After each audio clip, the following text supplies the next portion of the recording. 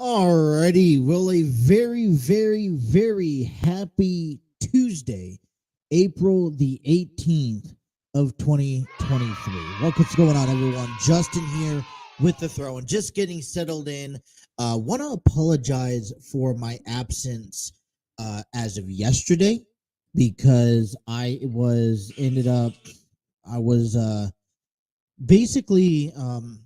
getting set up for the show. I had a couple of errands to run, and we ended up going on and had to get a couple things done to end up pushing the time back over and over and over again. And then what ended up happening was that the weather, because it was nice and cold, it was windy and all that fun stuff, just took precedence and ended up kind of just gave me a terrible position to put on a show. So I want to apologize for not putting on a show as of yesterday, but very excited. We got a lot to talk about, you guys. We have ourselves plenty to talk about, including last night on Monday Night Raw. Now, the NBA and the NHL playoffs are officially among us, and there's already stories lingering around the NBA. And especially with what happened last night between Draymond Green and Sabois. And we'll definitely have that conversation in today's episode. Because, you know, it's simple. It's playoff time. People are going to be aggressive. But when you're the guy or one of the guys on a team that's in the playoffs, you could bet your bottom dollar that the referees are going to pay close attention to you, and you're not going to get a lot of, I guess you say, leeways. So we are expected to be here for the remainder of the week. Hopefully everything kind of just works itself out, and hopefully this is a good show. Now, I am going to double check because it's been a couple days. I got to double check audio and make sure audio is sound and ready.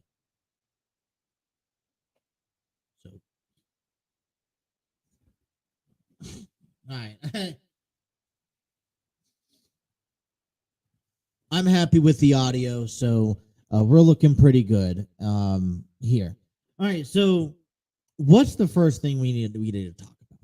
And I think we're just going to dive in to the WWE and everything that has progressed over the last 48 days. So a couple of days, as a matter of fact, because we missed SmackDown.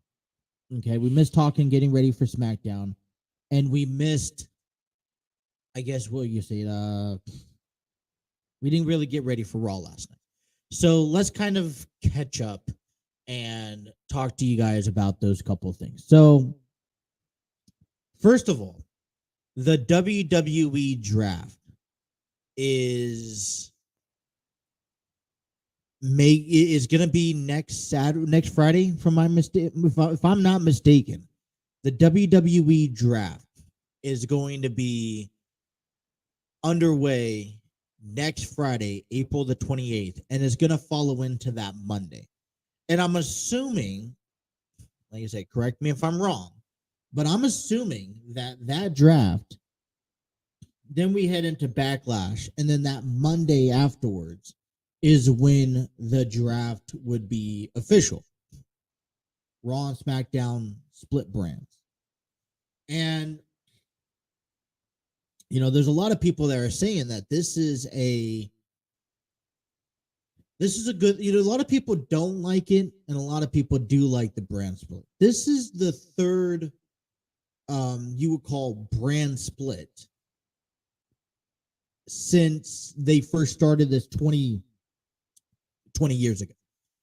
You have, and I feel like there's, we're about 3 weeks away from Backlash, and then we're about 2 weeks away from the draft. And I feel like a couple of things need to happen if you're going to run and have yourself a successful draft.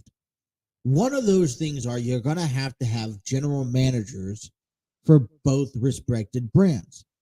Adam Pearce cannot jump back and forth between Raw and between SmackDown. I'm not saying that he's done a bad job. He's done a really good job, but he can't continue to go back and forth. I think there needs to be one GM for Raw and one GM for SmackDown. And this is when things get a bit exciting because we don't know what's in store. Now, all we've been told is that Triple H is claiming that this draft is going to be new and bigger and better. And one second.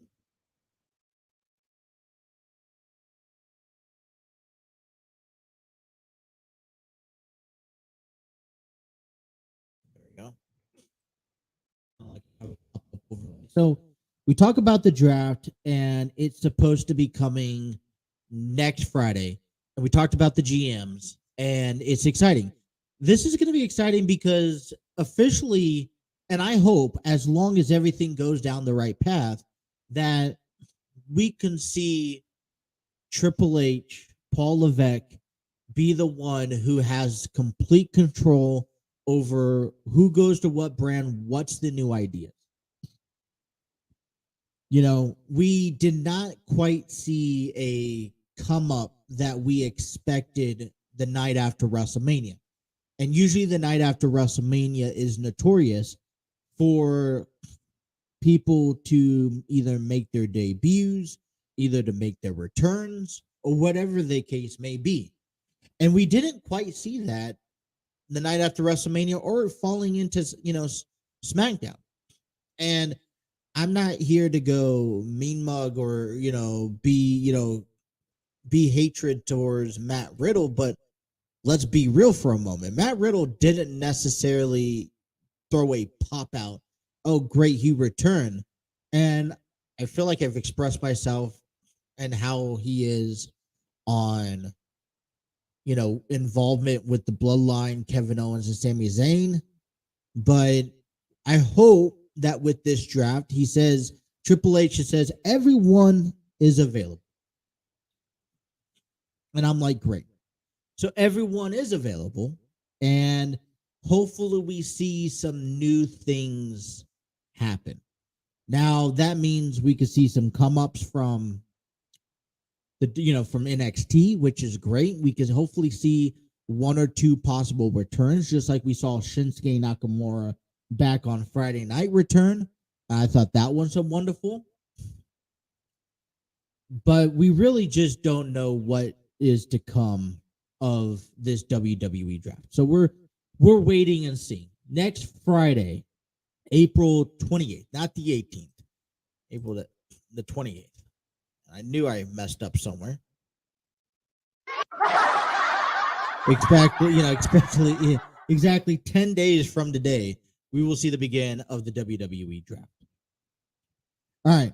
So what do we got talking for us today? The NBA will get you into the highlights, the updates, and the stories that linger around the NBA. The NHL began their postseason, and we'll talk a little bit about that. The Cincinnati Reds beat considerably the best team in baseball as of today in the Tampa Bay Rays, and they beat them through the bullpen, and they're hoping, with 2 games left in this homestands and 2 games left in this series, they're hoping, sending Nick Lodolo out tonight, that the Reds could go on and pull off a victory. So we're talking about the Reds and the Rays coming up later in our program.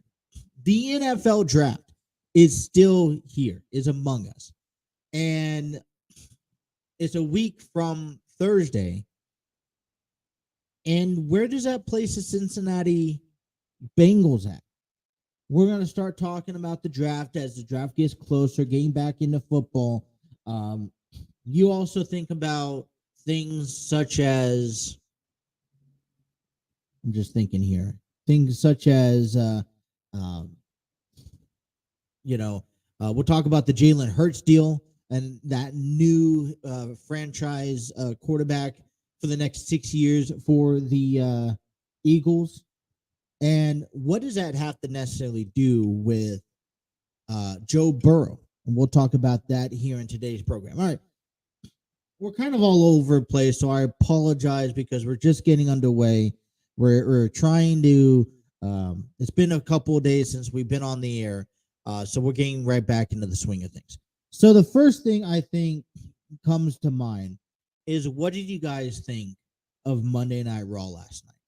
Now, I didn't necessarily watch from start to finish the Raw. I caught bits and pieces, and it seemed to be okay, right? I mean, there's a couple different directions that the WWE, I guess, is going down heading into this draft.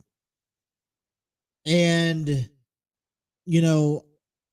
I am optimistic about the future. I'm willing and ready to give, the WWE the benefit of the doubt, the opportunity, the chance to,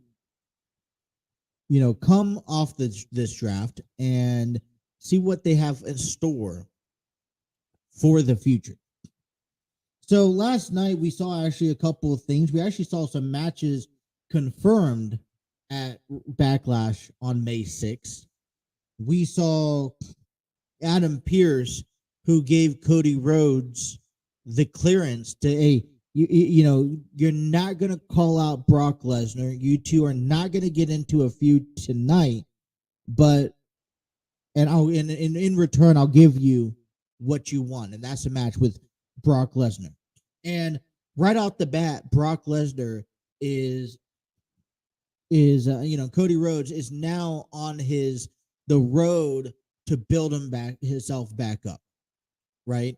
Cody Rhodes, we talked about this heavily the past few weeks. He goes and he loses against Roman Reigns at WrestleMania, and this is an indication that, all right, this feud isn't done. We know that this feud between Roman and Cody isn't done, but what we do know is that Cody Rhodes has to come back and earn that title shot once again. And the first obstacle that stands in Cody Rhodes' way is Brock Lesnar. Now I've expressed myself previously that I like this idea. I like the concept that Cody Rhodes has to go to Brock Lesnar. And if they play this storyline right, the build up back to Roman Reigns, then I really do truly believe that this could be a good storytelling in the making. It kind of concerns me with the upcoming draft where Cody Rhodes is in place, because we have this draft coming up and there's a lot of questions that I think that are left unanswered, and so we have to answer them. And one of the questions that we see is, what are they going to do with the titles? And I mean, what are they planning on doing with the Roman Reigns undisputed WWE Universal Championship?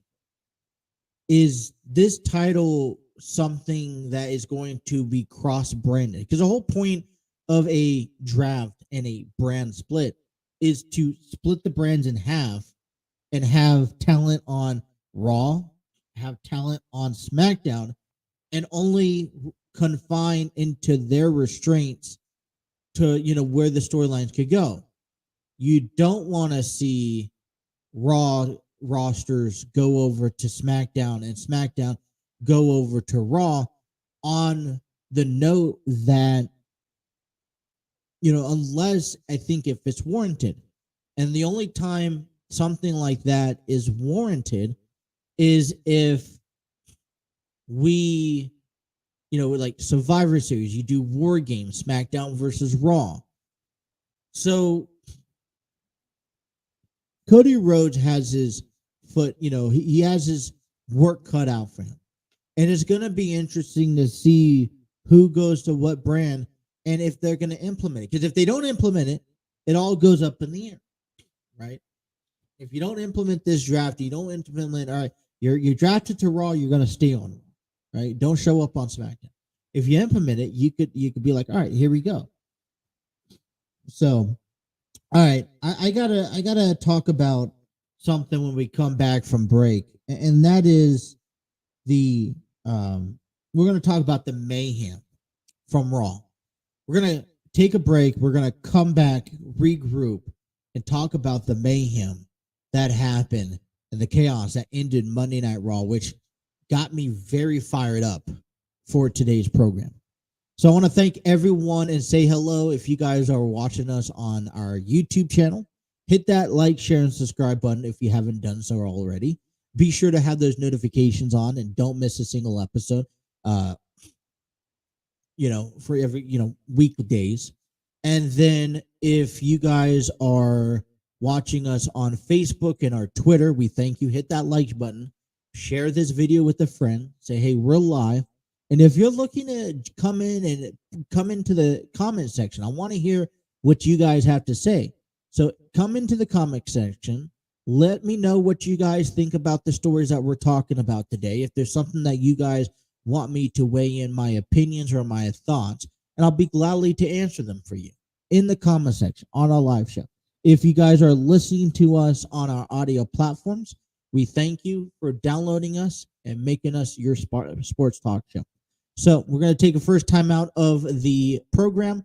Come on back. 2 hours with Justin here on the Throw-In, available on the TNC Sports Talk YouTube channel.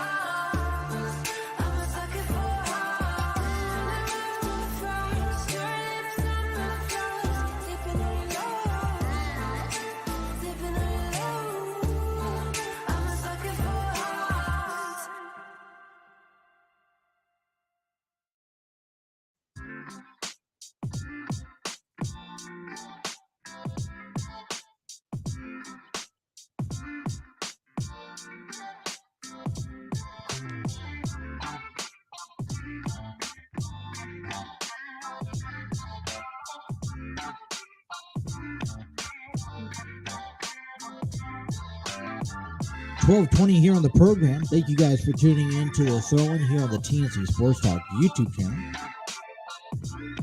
This program is given to you thanks to StreamYard Studios. Create your podcasts, videos, host virtual business meetings, and conduct interviews. Check out their free version today at StreamYard.com, the proud home of the TNC Sports Talk YouTube channel.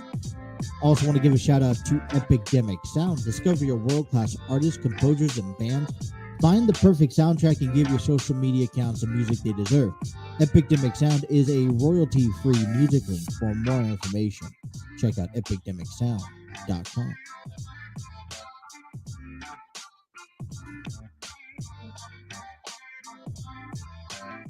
All right, so here's the timetable for people who are trying to keep up and follow the WWE and what's coming up. We have the WWE draft 10 days from today, which is Friday, April 28th on SmackDown. And then that's going to roll over into Monday Night Raw. And from my understanding, I think then the rosters will be separated after Backlash, which is May the 6th. So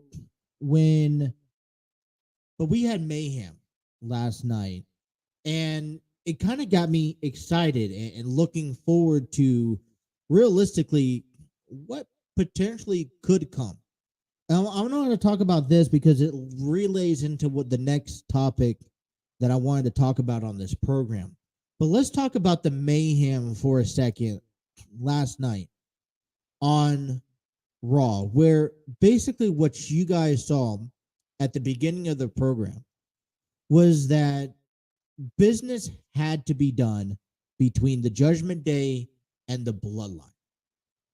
Both fractions stood in the center of the ring and basically said, hey, I'm going to help you and you help us. And it kicked things off between Solo Sikoa and Rey Mysterio. And then at the end of the night, we saw a 6-man tag team match between Riddle, Sammy, and Kevin versus the Judgment Day. And the goal was Solo Sikoa was going to take out Rey Mysterio. In return, the Judgment Day was going to take out Riddle, Sammy, and Kevin. This is all before the 6-man tag match that is scheduled for Backlash on May 6th, where the Bloodline, Solo and the Usos, take on Riddle, Sammy, and Owens. So, and at the end of this match, what we saw was Sammy, Riddle, and Kevin become victorious. The Bloodline comes out and says, all right, we're going to take matters into our own hands. And then you see LWO come out in return to not only save Riddle, Sammy, and Kevin, but to attack the Judgment Day. So now we see not one, not two, but 4 fractions get involved in a chaotic finish of Monday Night Raw. And like I said, it got me legitimately excited, stoked to see the possibilities of what we can do. It's been so long of a time. And, you know, LWO is, for a lot of new people, exciting. It's energetic, and all that. But to see the mix with Judgment Day, to see the mix with, because the whole purpose is that, and I believe maybe next week we'll see this or something, but one thing that we're going to be, I think we'll see at Backlash is LWO taking on the Judgment Day because of, with the whole incident of Bad Bunny. Now, this is where it kind of leads into me. And out of this entire group, I want to talk about the Judgment Day. All right.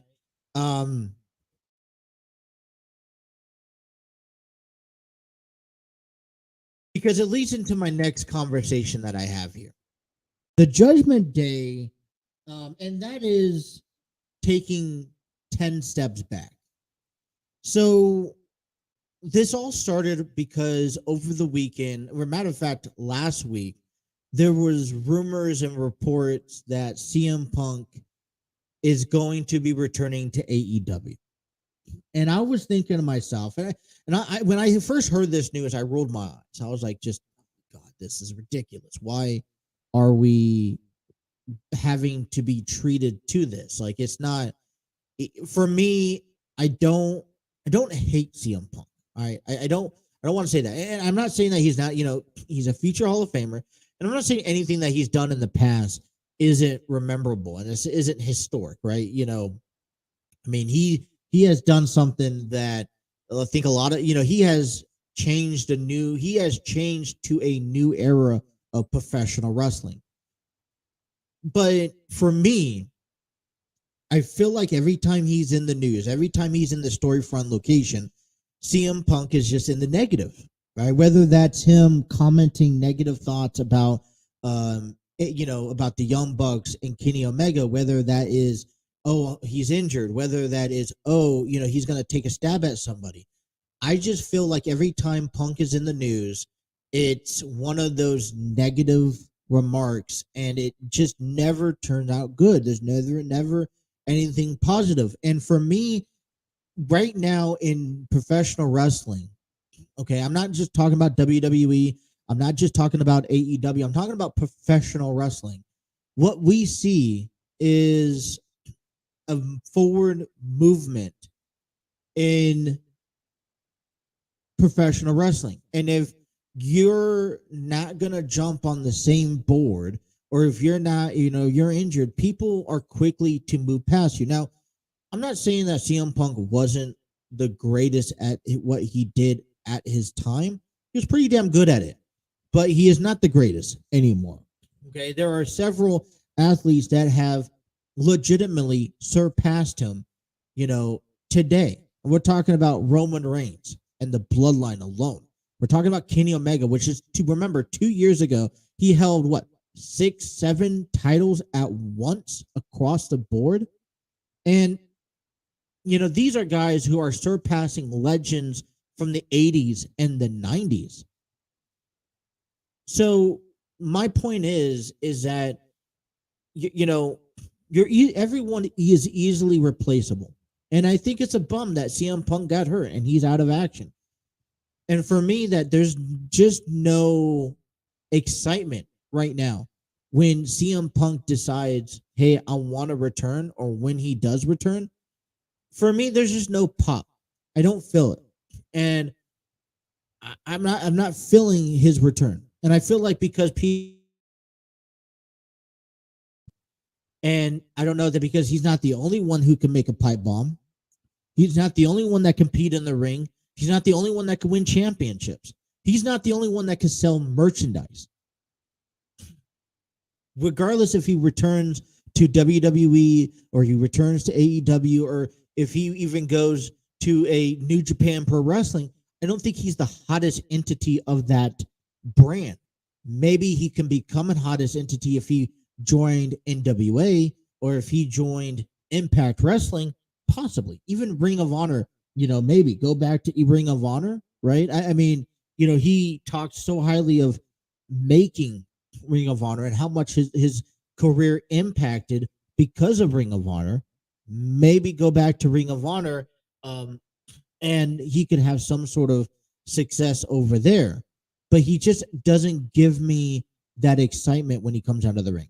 So, in my sense, because of his injury, he's taken 10 steps backwards. I want to relate this to the Judgment Day because we take a look at the Judgment Day and what they're trying to do, and we proclaim. I'm not the only one that came on, on YouTube, on social media, and said, "Hey, the Judgment Day was going to have a year to remember. This is their year." We were pointing that this was their year, and it started at WrestleMania. There were 3 matches that they should have all won, and yet they went 1 for 3. Okay, And I feel like at this moment, Rhea Ripley takes a different position and threshold over the Judgment Day, other than what we are seeing, from Finn Balor. Finn Balor should have won his match at Hell in a Cell at WrestleMania against Edge. All right, there's no I think the storyline called for him winning. Right, this match between Edge and Finn Balor a few weeks ago was all because of Finn Balor and replacing Edge in the Judgment Day. It's made Edge's life so miserable. All right. And Edge goes on to win. I say kudos, round of applause. But what does this actually do? What does this mean for Edge moving forward? So he won a Hell in a Cell match at WrestleMania. Great. Congratulations. But what was he building towards? What's next? We haven't really quite heard from him since WrestleMania. You think about the Judgment Day needing a push, a victory solidifies Finn Balor is in his right spot. He belongs. It's not like Edge came back and took over the Judgment Day. Finn Balor lost, I think, hurts a lot for the Judgment Day moving forward. This isn't a good start for the 2023 year at which they were supposed to have success at. Dominic Mysterio, Rey Mysterio. Yes, I saw this match go either way, honestly. But if they're looking to expand this storyline, how come Dominic couldn't win at WrestleMania? It would have pushed him a lot more, right? It would have put him at the level he could be wearing his, crown up high, hold his chin up high and say, hey, I beat my father. I did what I said I was going to do. I beat the deadbeat dad out of him. And now what this would have sparked in my eyes is that Rey needs to find a way to get revenge and say, listen, I cannot let this happen. I think, that type of storyline moving forward pushes LWO and the Judgment Day together, pushes Rey and Dominic to a rematch, possibly at SummerSlam. In the sense of, okay, then Rey could pick up a victory and then turn the tables. Damian Priest wasn't really a part of, other than the outside interference that he was, with Dominic. He wasn't a part of WrestleMania a couple of weeks ago. And he kind of takes a back burner to the Judgment Day right now. He has no legitimate storyline going on other than maybe right now with Bad Bunny. And that's the only relations he has. But Bad Bunny is not an everyday athlete. So where is his storyline fits? Where does he fit? He's just some guy right now that has incredible talent off of potential that's being wasted along the sides of helping Dominic push. And Dominic's not even getting that big push. So the Judgment Day, although Rhea Ripley won her SmackDown titles, I feel like Finn's still trying to be the face of it when we know that Rhea is going to get that push. And I guess my thing is that they're taking 10 steps backwards. Both Finn and Dominic losing at WrestleMania, taking 10 steps backwards. And a perfect, example, example of all this was last night when the Judgment Day could not handle business and fell short to Sammy, Riddle, and Kevin. And I think it's hurting the faction. It's hurting the group. And it makes you wonder if the WWE is potentially planning on dismantling the Judgment Day. Because I'm like, if, I feel like in the next 3 to 6 months, if this continues, the Judgment Day is going to be like Retribution is going to be an afterthought with very little success. And I really did think that there was going to be a lot of, I thought this year was going to be the year for the Judgment Day. I thought this year was going to be the year where, Finn goes on and win, it gets in the title picture. Maybe even Dominic and, Damian becomes tag team titles, and all that fun stuff. But I guess it troubles me that they're losing. They're going in the complete opposite direction. and a loss last night is taking 10 steps back. Now, I heard a conversation about, I saw an article of a rumor that spread saying that when the WWE has its draft next week, that we could potentially be seeing Dominic go down to NXT. And I thought to myself, as soon as I saw that, I was like, no. You're talking about 10 steps backwards. That's 20 steps backwards. I mean, so I'm going to be honest with you. Dominic is not where I want him to, I think he should be at. And that's because he's still in this feud with his father. So there's always a resemblance. And then, he's done a good job with the Eddie Guerrero runoff. But until Dominic, he still has a lot of things to work on. And that's why he's paired with Judgment Day, because he can work on those things. But until Dominic creates a character for himself that has nothing to do with Eddie and has nothing to do with Ray, then I don't think people could start taking him seriously. I'm sorry, but this whole quote-unquote going to jail and having this new thug life, I'm not buying it. I never bought it from day one, and I'm not buying it from now.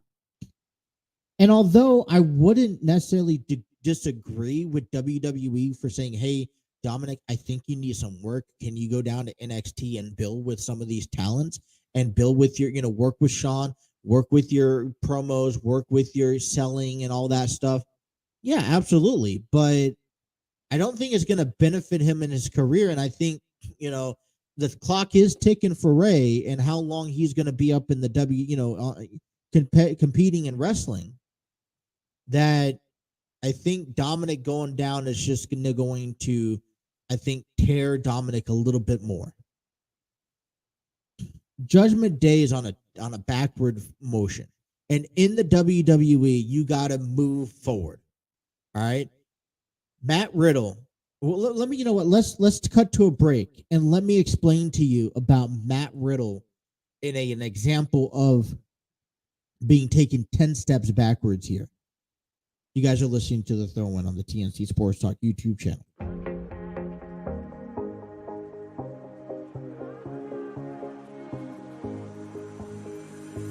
Looking back at the good times before it all went down, climbed right up on the hillside, a different view of my life. You left me running on and on, but I don't care, would you let me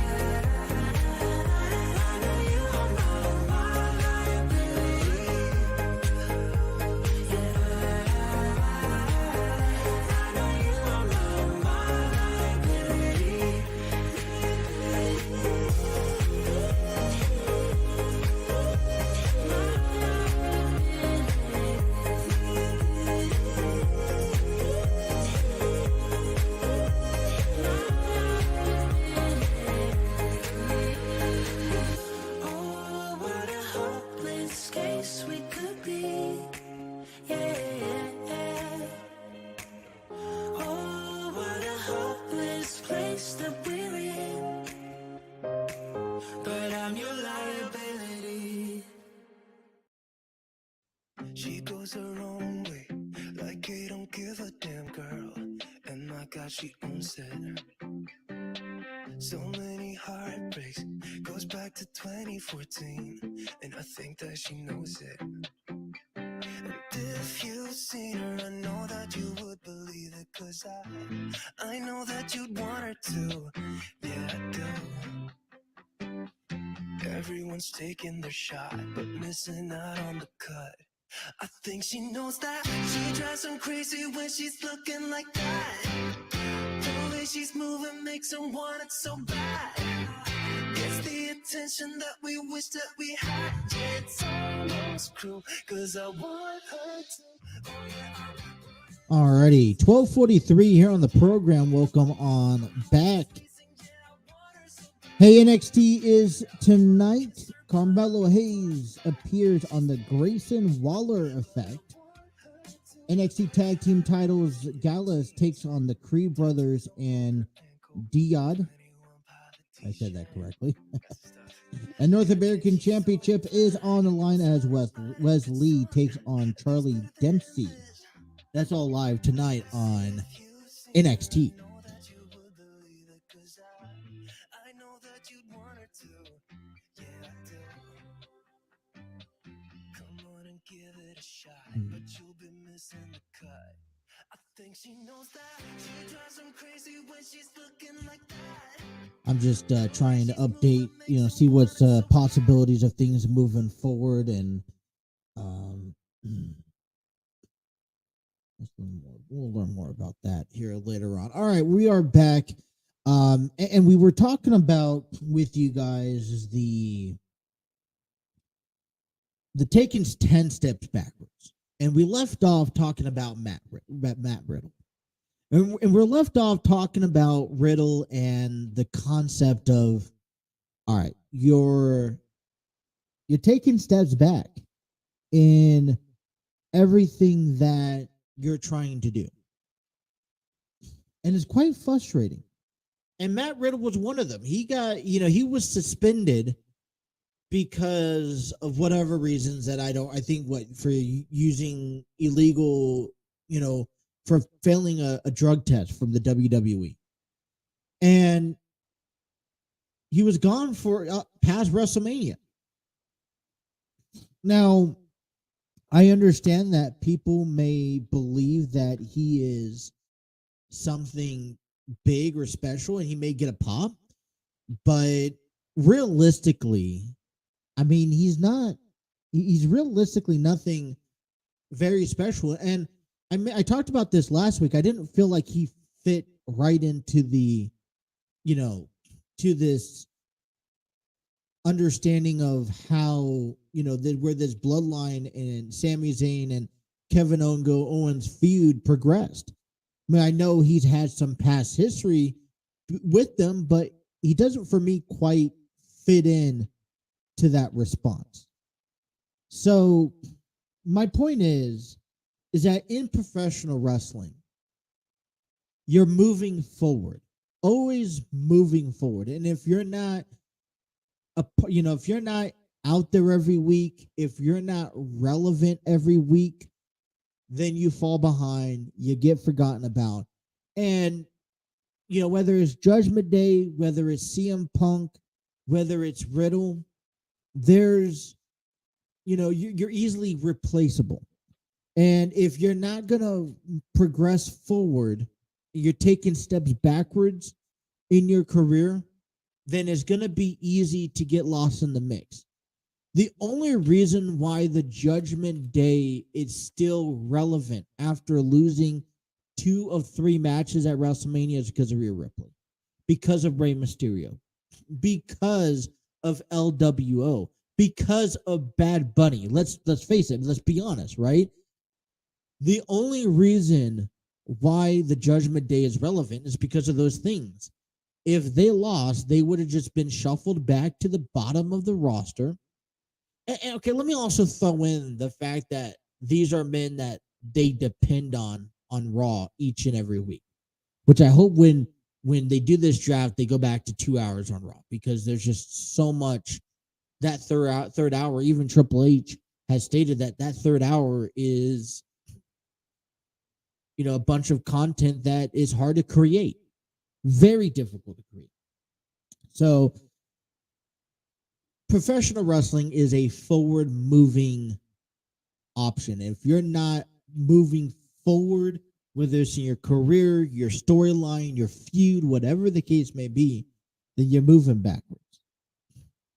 All right, we got to talk about Trish Stratus as she came on last night on Raw and addressed the WWE in a statement about her reasoning after attacking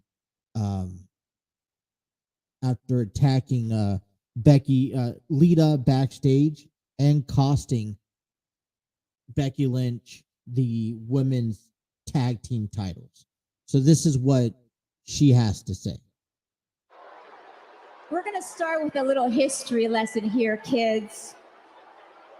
When I first came to the WWE, women's wrestling was a joke. Agreed. And I proceeded to single-handedly change everything. Okay. So far with you. I brought credibility to a non-existent women's division. And I know some of you are going to say, but it was Trish and Lita. Yeah, I would say that. No. There was no we. It was me. Oh, okay. I was the women's division. I was the trailblazer. I was the first woman to main event Raw, and I was the first woman to make you people give a crap about the women's division. That is very true. We will not deny. Because I changed everything. It's true. You know it. But you wouldn't believe that if you listen to Becky Lynch. See, Becky Lynch would have you believe that the women's revolution started with the 4 horse ladies. Yes. I mean, that they broke boundaries, that they made people care about the women's division again. About 10 years ago, yeah. Well, that statement, like you, Becky, is a joke. What's that? And I sat back for a long while and I let it slide. And, I get selling yourself, call yourself the man, brag about your accomplishments, and go on with your bad self. Trish Stratus is nobody's sidekick. Come on, just say the B word. This. It looks fantastic. Not a sidekick. No. Lita's not a sidekick either, to be honest. And it was getting a little sad, even a little embarrassing. So I had to take Lita out of the picture because, to put her out of her misery. Yeah, I did that. Just to be clear, because you guys are a bit slower, I did that. You did? I took out Lita. Yeah. And the reason I needed Lita out of the picture is because I needed it to be crystal clear that the person who screwed Becky Lynch out of her titles was me. Okay. All right, I am not a nostalgia act. I am not your childhood fantasy, and I sure as hell am nobody's sidekick. Alrighty. I am the greatest of all time, and I am the single most important figure in the history of WWE, and I'm here to make sure none of you forget it. All right. I think that is well said. All honesty. I mean, Trish, let's not forget that Trish Stratus, and we can argue this until we're blue in the face, right? I think we can understand that Trish Stratus is not just some woman who, how do you put this? I agree. There are ever since the WWE, and I think before the WWE came fun, and before Vince McMahon, women for the longest time, women always were a thought of being glamorous, gorgeous on television for the men to view, and it was a way to have people tune in. But there was people like Trish, people like Lita, people like Beth Phoenix, females like, the great Mulan, Mae Young, that revolutionized women's wrestling. And, Trish Stratus and Lita, it was a difficult time. And I validate her explanation. It was, Trish Stratus and Lita was 20 years ago. And Becky Lynch and the Four Horsewomen were about 10 years ago, right? Where this was a little bit more fresh, a little bit more rejuvenated.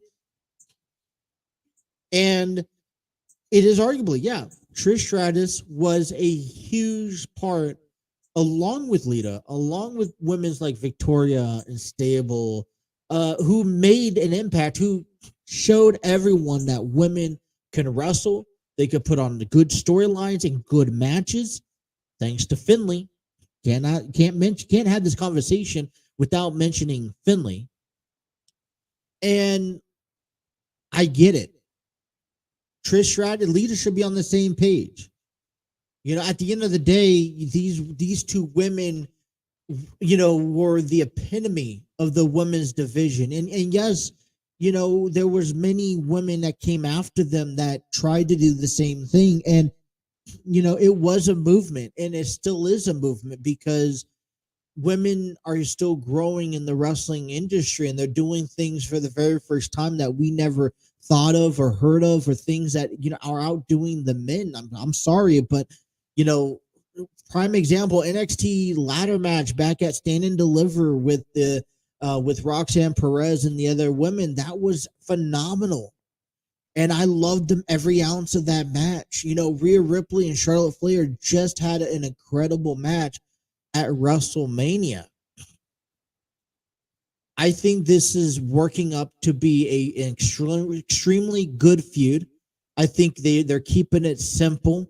Now, I came on here last week and I told you guys I just didn't like the way that Trish went about it. It felt like they were out of sync, or they weren't organized as well. And I'll stand by that, to be honest. All right, let's face it. And maybe both of them could look back and watch and be like, yeah, I agree with you. We could have done a little bit better. But the ultimate point is that I think it's flat out, we understand what the situation is and why Trish did what she did. And, there are validations for that. Becky Lynch has been one who thinks that she's at the top of the game. And currently right now on the roster, she could be one of the tops. Absolutely. But she wasn't the one who created all of this. You don't see Bayley going around. Bayley's, go ahead. But you don't see Sasha Banks or Charlotte Flair going around saying we created all of this. And I think when it comes down to Lita, when it comes down to even Trish just alone, she does need to address all four horsewomen if that's the case, because they do claim that they started this women's revolution. But if it wasn't for females like Trish, who did what they did at a time where it was unheard of and it was actually frowned upon, then then they wouldn't be here today, right? It would be inspirations. I think this is a nice, simple rivalry that is self-explained, and it's entertaining. And hopefully, this match between Becky and Trish at some point can break off into something exciting, something that is motivating down the road. And we're seeing two generations of phenomenal athletes gonna be going to get, going one-on-one with each other at some point. I don't know if that's gonna be at Backlash, or a lot of people are saying that this match is gonna be at SummerSlam this year. So Becky Lynch and Trish Stratus. Are we excited about the match? Are we excited about a potential match with these two females, two top of their game females? I mean, Trish looks phenomenal. She does look like she has what it takes. I just think she's been out of the ring a little too long to, that it's going to take time. But can this storyline get over to the next level, to the way that they want to tell this overall.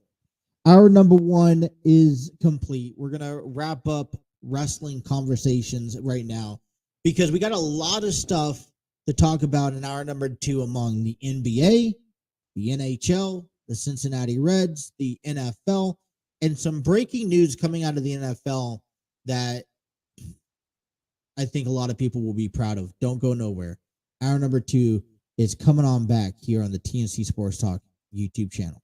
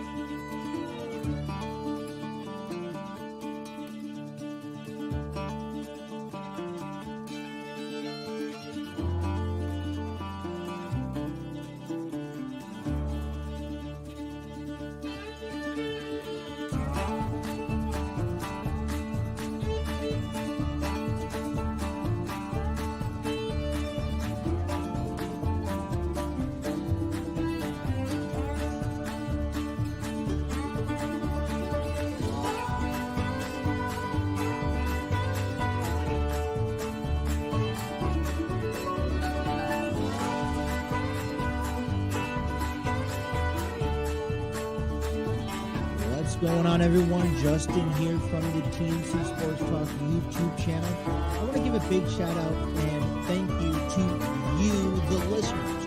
That's right. Without you guys, none of this is possible. I would also like to take the time and invite you out to our merchandise page, thanks to T Public. Our merchandise page is where you can find all of our brandings from the Throw-In, which is currently active weekly, to the TNC Sports Talk official brands, to either the prior shows that was part of the TNC Sports Talk Foundation. Within all the brandings, you can select t-shirts in both men and female sizes, apparel such as hoodies, kids onesies, kids t-shirts, phone cases, notebooks, coffee mugs. They have a vast majority. This is why I love T-Public.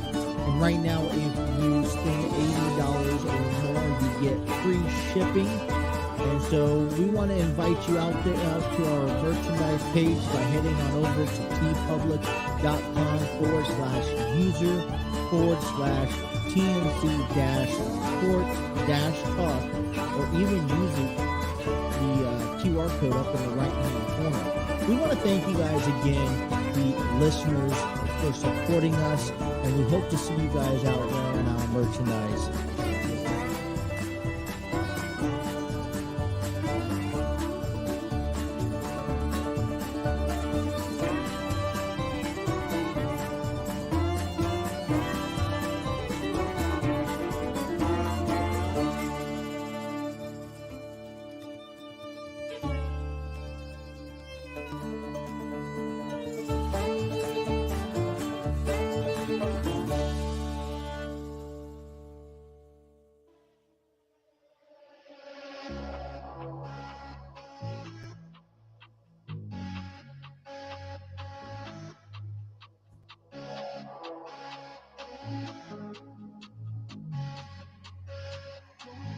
There's something going strong, stronger.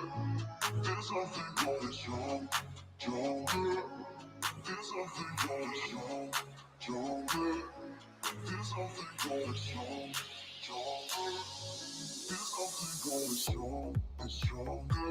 Alrighty, hour number 2 here on the program. Want to welcome everyone back to the Throw-In, back to our beginning of the week, and want to give a shout out and say thank you to our home of the audio platforms and Spreaker from iHeartRadio.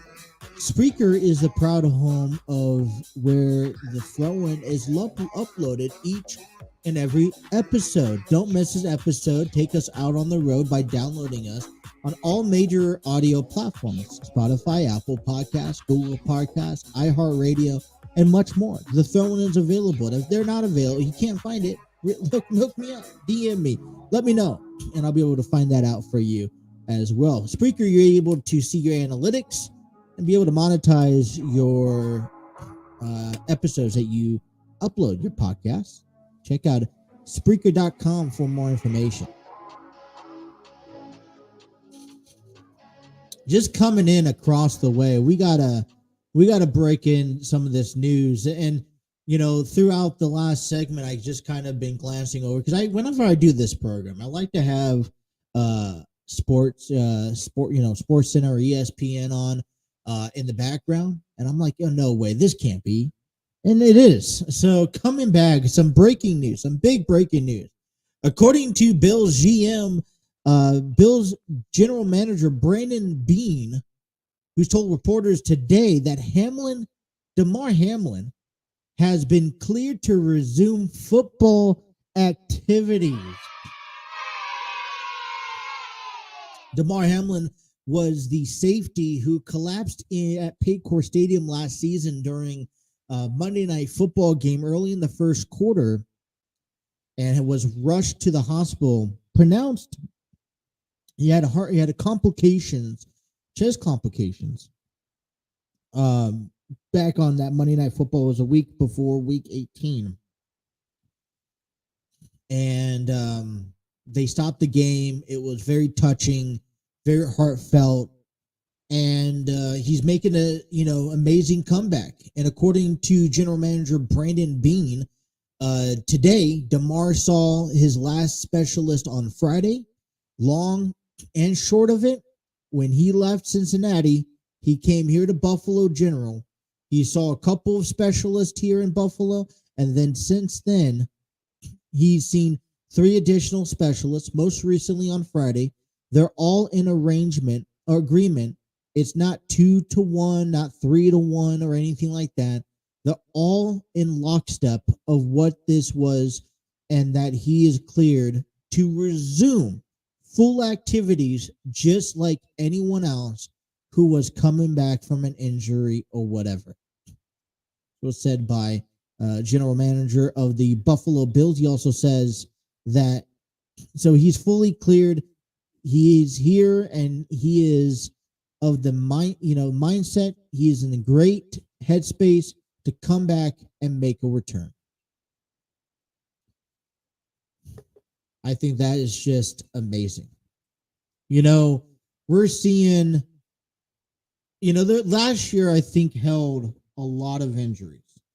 I think it shocked a lot of people.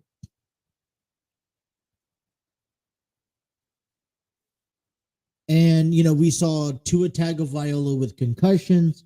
But I think what ended up happening on that night was, I think, it put us at a pause, because no one ever went through the, it's once in a lifetime that you ever experience something. And this was a natural effect. And, a lot of people say he literally died on the field. They revived him. He was in critical condition to the point where they stopped the NFL game, which respectfully, right so. But the fact that, we're sitting here in April, that was June, July, January, February, March, 4 months after this condition, several specialists and doctor's appointments later, and Damar Hamlin is capable of returning as the safety to the Buffalo Bills. And I wanted just to be the first out here and say I wish him the best of luck. Now, for me, just like a Tua Tagovailoa situation, makes you very cautious and makes you very concerned moving forward with a player that has sustained such great injuries. Because we don't know any long-term effect that this could potentially cause us. And we want to do everything we can, not just the Buffalo Bills, but the fans of NFL and everyone else, to prevent an incident like this from happening. So and I'm not no doctor. I'm not going to go say what he needs to do. It's not a 2-to-1 call like they mentioned. It was all specialists agreed that he's capable of returning to football, which I think is fantastic news. I'm going to sit here on my end and just be concerned. He's back with the team as teams reported back, this week, heading into the draft, heading into, the preparation of the preseason. And there are concerns that I think we are taking, at least I take, when it comes down to something like this. I get concerned that, I want to do everything we can to prevent this. But I think this is a statement that I think Damar Hamlin needs, the players who get injured needs, and saying, all right, I am going to do what I can to take care of myself. And there's no doubt that he is. But then to be able to come back onto the field. Now, I don't know what his future is going to hold. I don't know how much longer he's going to decide that how he wants to play. I'm sure he's going to want to play as long as he can. And I'm okay with that. So, as long as there's proper care. I guess if I'm the Buffalo Bills, I hope that they do just proceed with caution. But it's the mix, and I don't want to ruin the damper. So congratulations back to Damar Hamlin. I can't wait to see him at practice on the field. I can't wait to see him on opening, on the first game of the season. I think this is great news, remarkable news coming out of April the 18th, and the news that we will remember in history today as we head into the NFL draft. You know what else we have to start remembering is this NFL contract that Jalen Hurts signed. He agreed to 5 years, $255,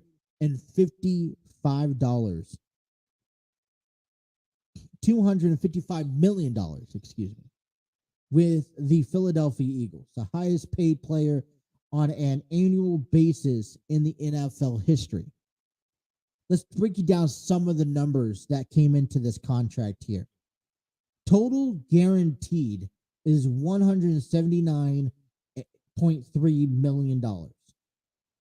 Fully guaranteed at signing. So when Jalen Hurts signed this contract, it's going to be $110 million. Fully guaranteed by March 2024 will be $126.5 million. First no trade clause in Eagle history also. Talking about breaking down barriers. And this is a huge contract for a quarterback who had a lot to prove this year. Went to the Super Bowl but lost to the Kansas City Chiefs. And he gets this historical deal. Now, I think it makes you question, okay, so if Jalen Hurts gets this deal, and by the way, you think he's only 24, 25, if Jalen Hurts gets this deal, then why can't Joe Burrow get this mega contract? See, this is where the question, I think, leans towards a bit, right? Because you're seeing contracts thrown out there left and right. And the contracts state that, hey, listen, quarterbacks are going to get paid. And they're going to get paid more and more as the years go on. And Jalen Hurts got his money after a season. Joe Burrow is going to get paid. But how much do you think now, knowing that this is what Jalen Hurts is going to get, how much do you think Joe Burrow will accept? Now, I understand that Joe Burrow is like, oh, yeah, you know what? I'm going to listen. I feel like I'm going to do, I want to make sure that I don't take too much so that, the Bengals can go out and sign other players. But at the end of the day, isn't it just all about money still? I mean, isn't it all about player, getting paid and making sure that you're, especially early on? So for me, I guess when I look at Jalen Hurts in this deal, okay, and I kind of look at this, what does this mean for the Cincinnati Bengals? That means Joe Burrow could potentially be like, listen, I think I'm worth that much. And you know what? If Joe Burrow walks in and says, hey, I'm worth $300 million for 6 years. You know what? I think he is worth $300 million for 6-7 years, or even for 5 years. And the Bengals are going to have to decide if that's just something that they're going to go down or not. Because what we've already seen is we've seen a huge chunk of the Bengals roster, defensive roster, leave, right? I mean, the Bengals have doing their due diligence again and going out and trying to stack up this offensive line to protect Burrow. All right, they have Irv Smith Jr., who I think Zach Taylor is pretty confident about throwing in at the tight end position because Hayden Hurst is no longer with the team. You also got who's that other tight end? I think it's Sam. Not Sam. Gosh, I know. I'm remembering the name. I forgot the name off the top of my head. But they have that other, tight end that's looking to bounce back and have a breakout year. So, and this and all this, greatness is that, we still need defensive players that are going to give us, that number, top 5 defense that we were last year. We need, we still need some X, Y, and Z factors that we hopeful to get into the draft. But if we have now an idea of possibly what Joe Burrow is going to be asking for coming up here very shortly. And if we go dump 260 to 275 to even $300 million in Joe Burrow, which, like I testify, I think he is worth that X figure amount, then there's just that much less room for the Bengals to go out there and sign veteran guys that we know can get the job done. We're going to go back to being reluctant on, and I hope that whatever this deal is, we'd be reluctant on going off of young rookie talents. Now, we already have an established, offensive team. But then I think the questions start opening up a little bit more. Are we going to get rid of Joe Mixon? Or, what are we going to do with defensively? I think this also maybe changes the draft pick. So what this has done, this has given us a baseline, right? Jalen Hurts, in signing with this new deal with the Eagles, has given, I think, the Bengals a baseline. Saying, I think I would be remarkably surprised to see Joe Burrow accept anything less than 250 on a 5-7 year deal. So you're thinking about, all right, I'm going to pay my quarterback above $250 million deal down the road. I'm going to have to free up some cap space. That means these guys I can't re-sign. So what do? Do we just keep on? Which now then you go into the draft, which is in 9 days away, right? A day from a week from Thursday, and you ask yourself, all right, what is next? Well, do we still go the offensive line approach, or because we know that we may have to go conceal a deal with Joe Burrow that's worth almost a quarter of $1 billion, right? To maybe we have to reconstruct our draft to defensive players to help us out. So I think this provides a really big, interesting storyline among what is going on in the NFL. And I think Jalen Hurts, and congratulations to Jalen Hurts, signing this, like I said, 5-year, $255 million contract with, the highest paid player on the annual base in NFL history. No trade clause or anything like that. He's going to be with the Eagles through 2028. And hopefully the Eagles at some point have a Super Bowl win with them, because it would be a major loss if they don't. to see Jalen Hurts come to the point where he was almost becoming an afterthought to being like, all right, now I'm going to get the highest paid quarterback. But like I said, the baseline is just with Jalen Hurts, because as we see Joe Burrow make that deal at some point, as soon as we see,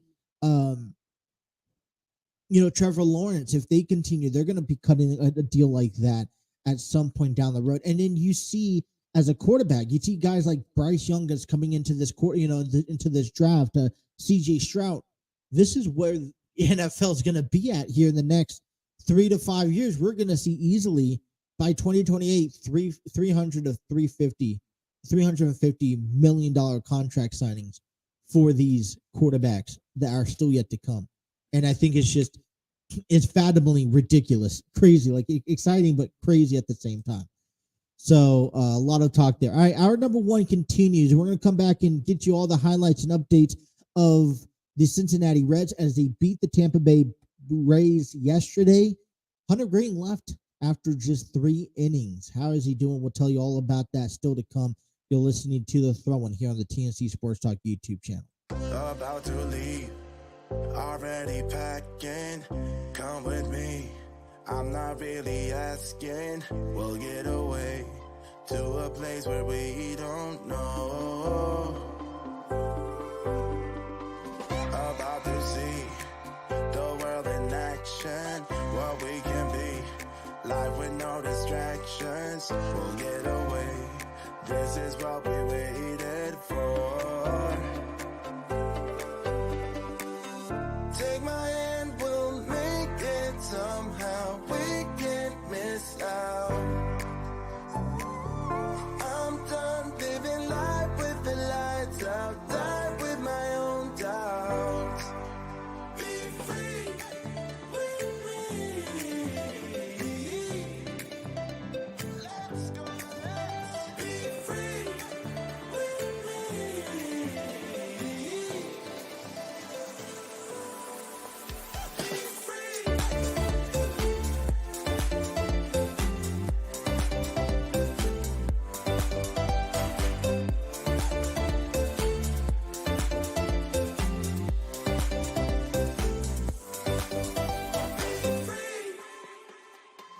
Now looking back, eyes on the freeway, Bonnie and Clyde, a classic cliche. We're on the run, this is what we waited for.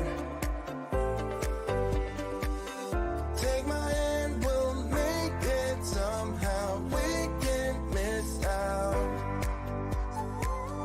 I'm done living life with the lights out. Die with my own doubts. Be free.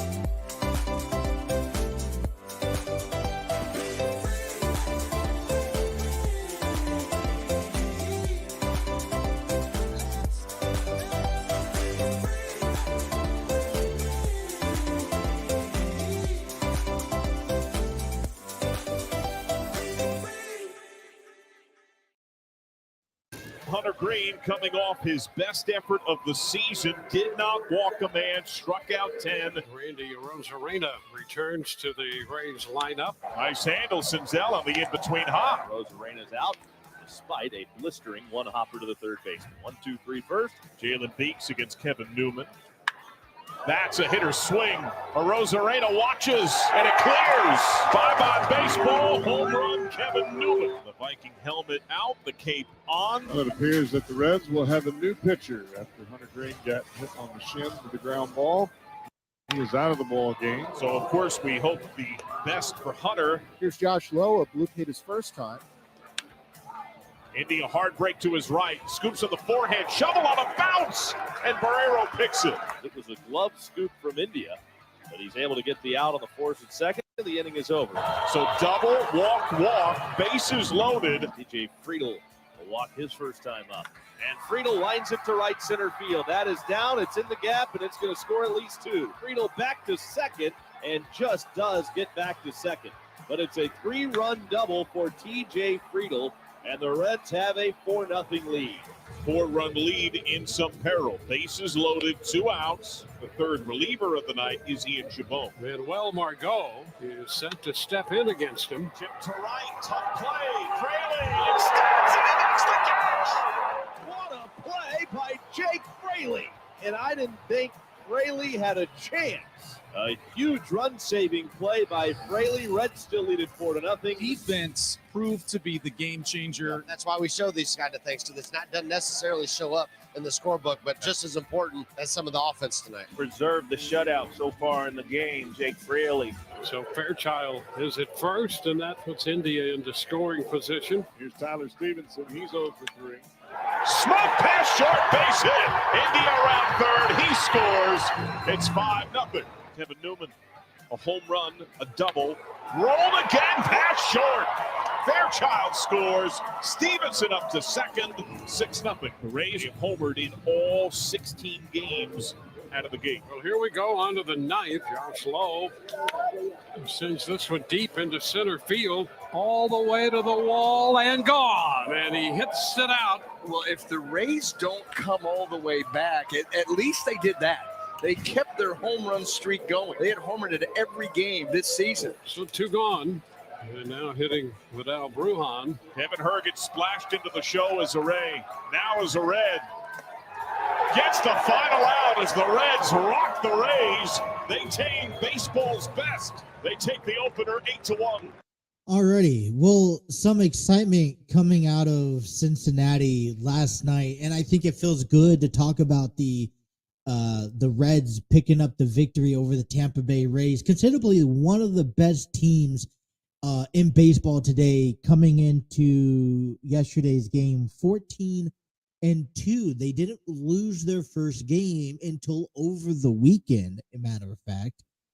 And it's like, well, great, and this is, the continuance of a 20 consecutive games in a row.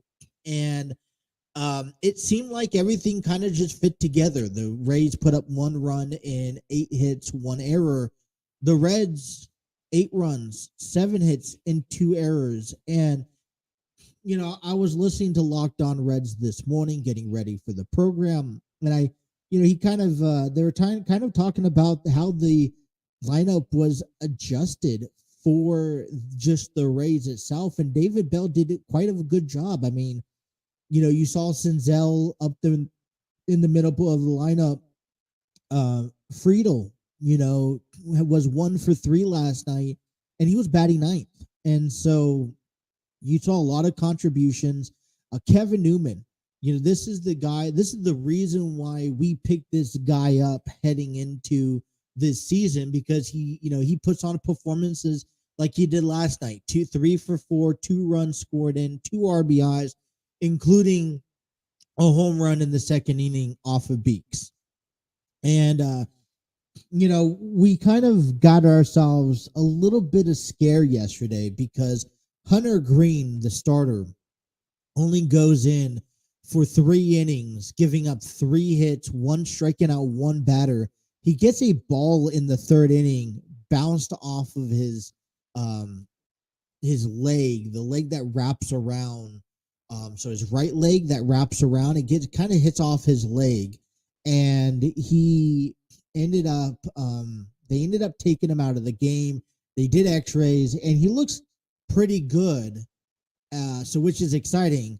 And they still pick up a victory, which got you nervous. But let's hear what Hunter Greene had to say about his injury.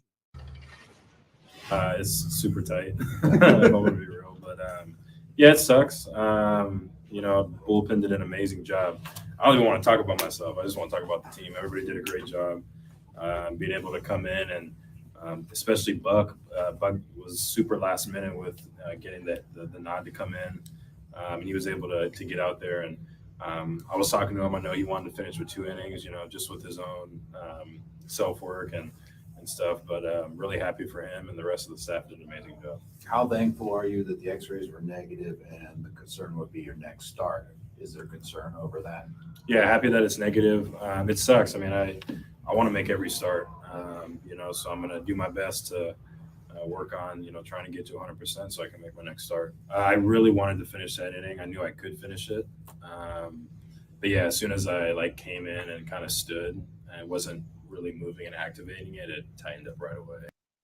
And it would be foolish to go back out there. I mean, I really wanted to just to go out there and be able to compete for the team, but I would be using nothing but arm, and just it's too early in the season and it just wouldn't make sense. To deal with the adversity of being hit, in that inning, and then being able to throw that pitch for that strikeout, I think just really happy just for myself and my development, the amount of work that I put in that pitch, and knowing that I can execute that pitch moving forward for the rest of the season and beyond. Just keeping guys off balance. Steve did a pretty good job with his game calling for those 3, and my stuff wasn't as sharp as before, but I think I was able to come out of there without any runs because of that, being able to mix up timing. And they're a team that has really good pitch selection. They don't strike out a whole ton. They will take their walks. They won't really chase, but the right guys being able to expand and set up those pitches are super important with these guys. So that was Hunter Greene in the conversation about the ball that went off of his right leg, and they took him out after 3 innings to preserve him. He went back, he did x-rays, and everything came out negative, which is a good thing. So, if you expect him to pitch in 5 days, we're talking about Saturday or Sunday against the Pirates. Now, if you're asking me, we don't want to do anything to provoke or to injure Hunter Greene at any chance, because he's going to play such a key factor. So, the weather is kind of, warming up, which is great. You give him a couple of days rest. You hit on the road over the weekend. And I say you kind of wait until the beginning of next week. If it was up to me, I would wait until next week and let's reevaluate him and, see where he's at. Give him a couple extra days, because you don't want anything to affect him at any point. When it comes down to it, when we got to the bullpen, Buck Farmer was the first guy out there. He pitched an inning and a third, giving up 1 hit. And whenever your starting pitcher, especially your ace pitcher, as in Green or Lodolo or even Ashcraft for that matter, gets taken out of the game after 3 innings because of an injury, it not only scares you for the future, but it scares you because you go into the bullpen. And let's be honest, this bullpen isn't a bullpen that... This bullpen is not the greatest. This bullpen has its fair share of troubles.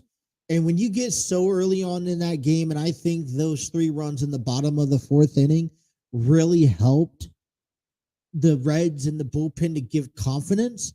You get throwing Alex Young, you got Gibbott in there, and Herget, who goes 2 innings, giving up 2 hits, 1 run. And it's like, okay, well, there is some sort of confidence that when the Reds had to pick up the last 6 innings of the ball game, like, okay, that's a good way to go into a series. And you just got done beating one of the better teams in baseball today because of it. And we also want to hear about what David Bell had to say when it came down to the Reds and how they performed in last night's victory. Here is David Bell with his updates last night. Easy and well-deserved to point to the bullpen and the job that they did. You lose your starter that early in the game for the game to end up like that. A lot of things have to go right, and our bullpen did a great job. There were big defensive plays and then big hits along the way. In particular, I thought TJ Friedel's hit with the bases loaded there, and then Jake Fraley's play, just kind of picking teammates up, making big plays to kind of stop momentum. That play, that was one of the best plays I've seen on. Well, it's not fractured or anything like that, but those type of contusions, you have to be on top of it because they can turn into a bigger issue. So I know our training staff has been on top of it, and as of right now, the goal is to have them make the next start. They're asked to do a lot. They're asked to go into games and turning points of games against the best of hitters, and when the game's on the line, and I'm happy with the job that they've done. I mean, they've really, up and down the line, they've all gone above and beyond really their role even coming into the season. So we've asked a lot of them early, and but I think that's a good thing. I think they're getting more and more confident as a group, individually and as a group. I mean, we know that this is going to be a building team, right? This is no surprise, no secrets, and we knew that there was going to be struggles, and it does get very scary when you sit there and you're like, hey, we have, Hunter Greene, who had a scare yesterday, and the bullpen. But listen, you go out there, you beat a team that's 14-2, and you do it with your bullpen, and you just do it with playing, simple baseball. You're not going to go hit, 3 or 4 home runs in a game off of the Rays. It's right now where they're at in this season. And, Kevin Newman, 3 for 4, he was a triple layer of the cycle. It makes me look forward to the remainder of the homestands, right? So I'm taking this by stands alone, right? They had a 6-game homestands to begin the season off, which they finished off, but they won 3-2 because the last game was postponed to September. And then they didn't do so great against Philadelphia on the road and Atlanta. And they went 1 for 7. And then they come back home. They took 2 of 4 against Philadelphia. So that right now they're 3-2 on their homestands. And what better way before you head off on the road to Pittsburgh that you go on and take a 2 of 3 against the Tampa Bay Rays. And I think that I'd sit here and I say, okay, let's go. I'm all for it. And picking up a victory last night just kind of puts me in that position of, okay, they can win. They have a good chance at winning tonight when they throw Nick Lodolo out there on the mound. They have a chance of winning on Wednesday, even if that's either Connor Overton or if that's even Luis Sessa or even Graham Ashcraft. I mean, so to finish off this homestands, I think it would be important, and I think it'd be a very beneficial homestands, and I would be very proud of the Reds if they could go on and take 2 of 3 before they head on the road to Pittsburgh in a 4-game series. So that's what they're looking forward to tonight. First pitch is at 6:40. Tampa Bay Rays come into tonight's game 14-3. We'll take on the Cincinnati Reds, who are 7-9. For Tampa Bay, you have Taj Bradley, who last pitched against Boston on the 12th of April. He's 1-0 on the season. Comes in with a 5.4 ERA. As Nick Lodolo, who's last pitched on April 13th against the Phillies, he's coming in today's game 2-0 with a 2.12 ERA, only giving up 8 hits and 2 runs. Very good numbers from both pitchers in their last outing. So expect tonight to be a really good matchup. I expect Nick Lodolo kind of going, giving the bullpen a little bit of a break, and then coming on back and trying to take the series. And it's a great way to wrap up, a homestands tonight and tomorrow. So great. Can't wait to come back and talk about it. tomorrow after the game. So we'll talk about that. Hey, let's get to our last break of the day. Let's get you up to date with the NHL and the NBA playoffs. Talk about the ejection that Draymond Green had last night against the Kings. That's all still to come. Bottom half of the program, you're listening to The Throw-In here on the TNC Sports Talk YouTube channel.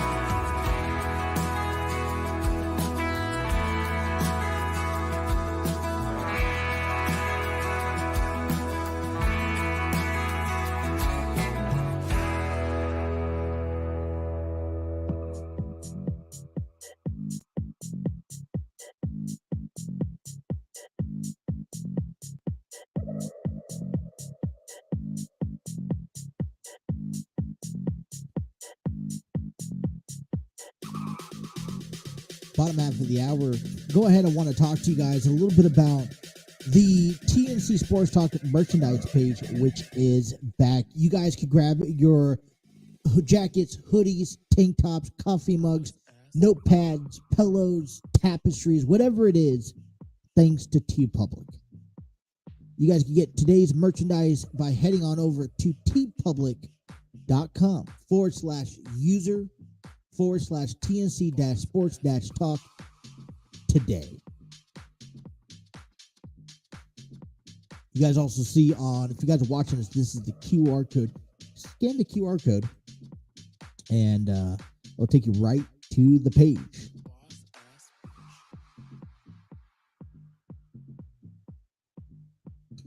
I got a meeting at 9 o'clock in the morning tomorrow, but I'm expected to be still doing a show at some point tomorrow. So I know I'm lazy. I guess you call me lazy at when we actually tell you, all right, up to date when we're doing a show, but we're live. Bottom of hour number 2, wrapping up the program. Breaking news coming out of today's Buffalo Bills general manager, Brandon Beane, has officially announced that Damar Hamlin is cleared to resume full football activities. As an article came out today, it's all over ESPN, NFL Network. Damar Hamlin, who collapsed and in other words, died on the football field back in January on Monday Night Football in a game on the road against the Bills to practically determine the seeding for the AFC playoff race. The game was canceled halfway through the first quarter when Damar Hamlin collapsed. CPR recitation was performed on the field, and he was made a recovery, came home to Buffalo, and according to general manager, says that Damar Hamlin has been cleared to resume football activities. So that was breaking news coming out of today, which we're just happy. Congratulations to him. Hopefully, everything works, is well and he's healthy. I'm always concerned, as a concerning person can be.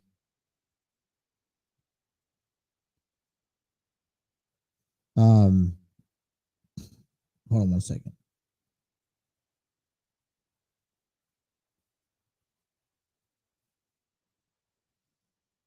I'm just texting the wife because we just bought ourselves a bird feeder, which is right there on my patio, and I see it, and you can see the birds just flying, and she's so excited.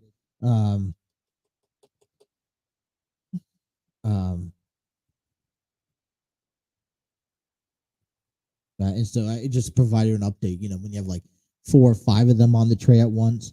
So Damar Hamlin returns, exciting time. All right, so kind of one thing I want to talk to you before we get down to NHL and NBA playoff highlights and whatnot. We have had some interesting news. Okay, I want to invite you guys here. So we've been working with Enlightened Studios the last couple of months, and summertime is approaching us, and we continue to work with Enlightened Studios. Love's Not Enough. Not Love's Not Enough. Excuse me. That was a theater play that was put on. Enlightened Studios have a lot more than theater plays, by the way. They got theater, they got films, they got painting, they got other activities. Enlightened Studios Incorporation, it thrives itself off of building other people up around them. And they have these upcoming festivals in Cincinnati that they're volunteering, and they will like you to join them and volunteer with you guys, with them. Enjoy, a summer full of live music, great foods, and great beverages at this year's 2023 Cincinnati Festivals down there on the levee at Newport. It's right there on the riverbanks, that little by the Newport Aquarium, just right down there. And they want you to volunteer. We got 3 festivals coming up. The first one is the Italian Festival from June 8th through the 11th, the Taco Festival from June 23rd through the 25th, and the Celtic Festival from July 14th through the 16th. Okay. They recommend, they're asking volunteers, volunteer with them and keep your tips. Yes, that's a very big incentive for asking you guys to volunteer and being part of this group. It's a wonderful time. Hoping I could get out there and do a couple of live programs with them. If you guys are interested in wanting to take part of this today, email enlightenedstudios.cincy@gmail.com. That is enlightenedstudios.cincy@gmail.com for more information. Hurry up, quick. They are filling up pretty fast. So get your time slots reserved today. Like I said, you got to keep your tips. And I mean, it's great stuff that they're going on. So excited to be a part of Enlightened Studios and what they do each and every day. playoffs are among us. The NHL just began yesterday with a handful of games, and they continue into today, and we are going to be following these games. Now, I'm not too knowledgeable or too in-depth with playoff games, but it's an exciting time. So we kicked things off yesterday as Carolina beat the New York Islanders 2-1. Boston beat Florida 3-1. Minnesota beat Dallas in overtime 3-2, and the Los Angeles Kings beat Edmonton 4-3 in overtime. Just kind of theories and thoughts. I like Boston. I like Los Angeles. Nothing against any other team, but those are just kind of what I've been favorite towards. Today, we have the New York Rangers and the New Jersey Devils taking, for the first game coming up. Tampa Bay and Toronto is also later on today. Winnipeg and Vegas tonight at 9:30 p.m. Eastern time. And then Seattle and Colorado also tonight. So if you guys are wanting to watch some hockey playoffs, be my guest. Tune on. Find anything on, I know, the Hockey Network, but they got a couple other channels going on. All right, we also got the NBA playoffs that's been lurking through, as yesterday Philadelphia beat Brooklyn 96-84, and Sacramento beat Golden State 114-106. Today's games, we got Atlanta Hawks taking on Boston Celtics, the New York Knicks taking on Cleveland Cavaliers, and the Los Angeles Clippers on the road to take on the Phoenix Suns. That's all today's games ahead of us down the road. So a lot of great stuff going on. Playoff time. I just, one thing that I feel, which is just bad for, the one thing I don't like is how long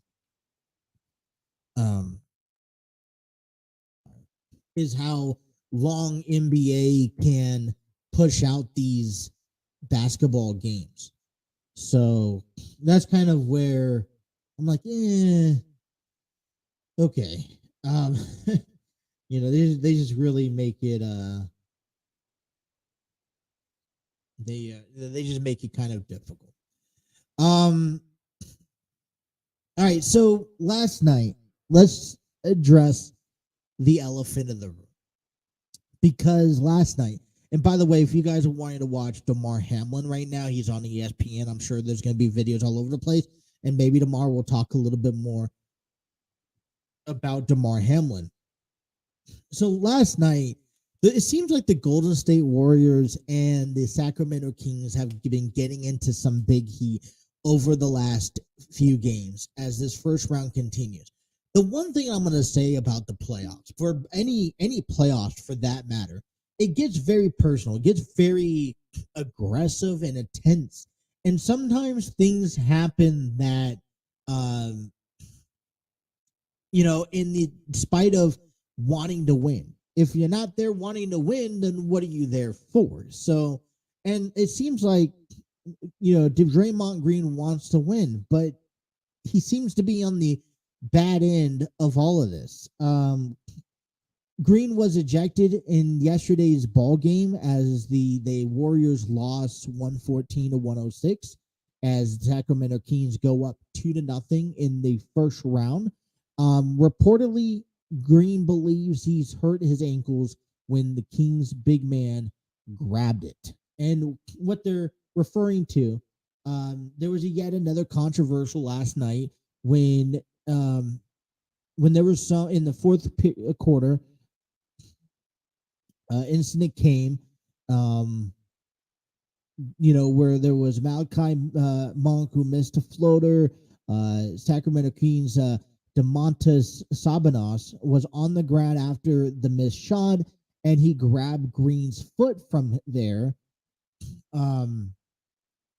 He was assessed in flagrant for one foul for that, but Green, in frustration, stomped on Sabonis' chest while he was still on the ground.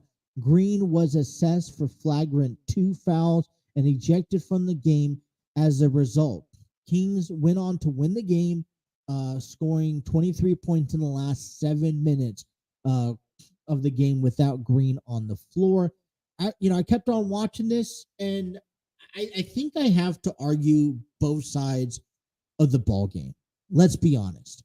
of Sadness. He kind of looked like he did grab the foot and held on to it a little bit to kind of prevent Draymond to go toward, to move down the court.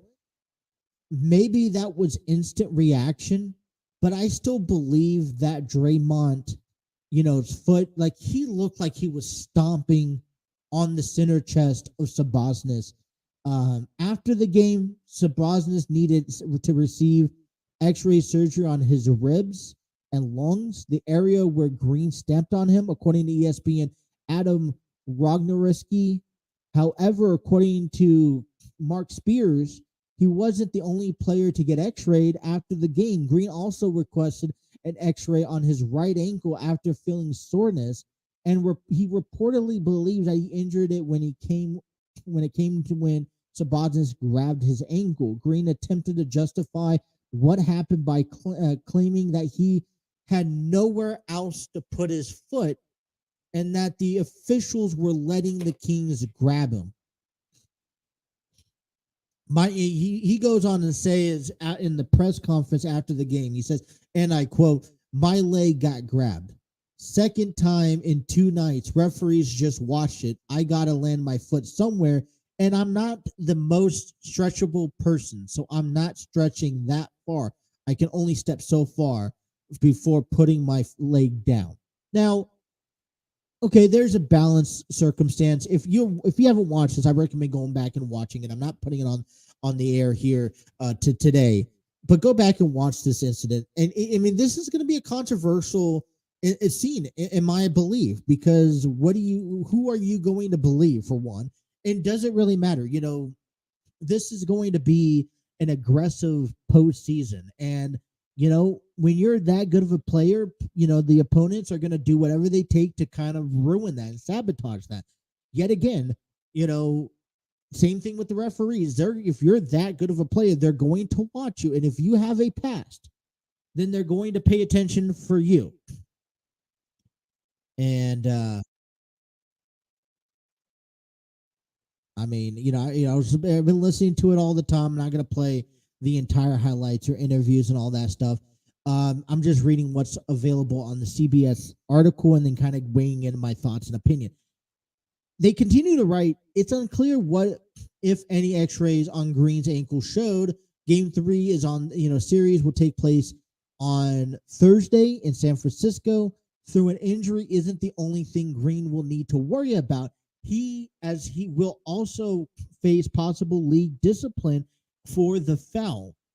Green, let me continue this article here before we wrap up. Green has been suspended in the postseason before, all the way back to 2016 NBA Finals. Now, whether it's due to his ankle or discipline from the league office, there appears to be a chance that he'll miss another critical playoff game for the Warriors, which is going to be, I think, honestly, I think this puts in some bigger and badder news, in my opinion, that leads towards, all right, what's going on? There's going to be argument about how this, what this play was legitimate. I think at the end of the day, when you don't have a place to step, I get it. I would stumble to the ground, but the motion and his body language looked like he was intentionally stomping down, regardless if Sabonis grabbed onto his leg for any extended period of time. And I like the officials' call for, pointing a foul towards Sabonis because, I think he held onto the leg a little too long, and I think it was intentional, right? But there's actions throughout the game where I think this was warranted, where you knew these two men were going to get into it at some point. The stomping on the chest where now he's defenseless, I think is the bigger fraction for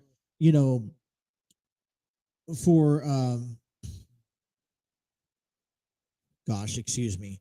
I have I'm having like a brain aneurysm here, but for Draymond Green. And regardless, I think, if there is something to show on the x-rays, I think this is a little petty, but if there is something to show on the x-rays, then I think the NBA official, league officials need to consider that in the consideration. But it already looks bad on Draymond when he has a past record showing, and he is also someone who is dealing, is currently dealing with this, Sacramento Kings team. This is a best out of 5, right? We're heading into game 3 where Golden State is down 2-0 already in the season, right? I mean, in this postseason. Without Draymond Green in that lineup or on the field for any time, he's going to have to get over himself. He's going to have to come to a point where, all right, I got to do what I got to do. I got to get over myself, and I got to be here and try to win for the team. And put my differences aside, put my ego aside, and say, just get through it and we'll get to the next game. But the way that Draymond Green acts, I think it becomes, and I'm not saying he's not validated. He's validated, but we already know it's hurting him, and it's hurting him in the long run. And I think that's where it hurts the most, right? Especially for the Warriors, who expect better from their players. So they'll get the night off. They'll get the next 2 days off. They'll come back to, they'll just head up to Golden, to their arena, bus drive over, and they'll get a chance to, kind of shape things for game 3. But they're on very thin ice because they don't have many rooms for mistake. The next game you lose is over, right? Their playoff season's over and Sacramento moves on. So, I don't know. I thought this was kind of ridiculous. I don't necessarily see much of it other than it's like, it's playoffs. Let the guys play. You get hurt, you get hurt. You can say the game's unfair. Well, you know what? You're gonna receive what you give out. And both teams won it. However you want to look at it, both teams won. All right. Wrap it up on the program. I want to thank everyone for tuning in. Hit that like, share, and subscribe button. Be sure to tune us back in tomorrow for another edition of The Throw-In. And, man, we're just getting our week started. So, I want to say so long. Until tomorrow, thank you guys for listening and watching The Throw-In here on the TNC Sports Talk YouTube channel.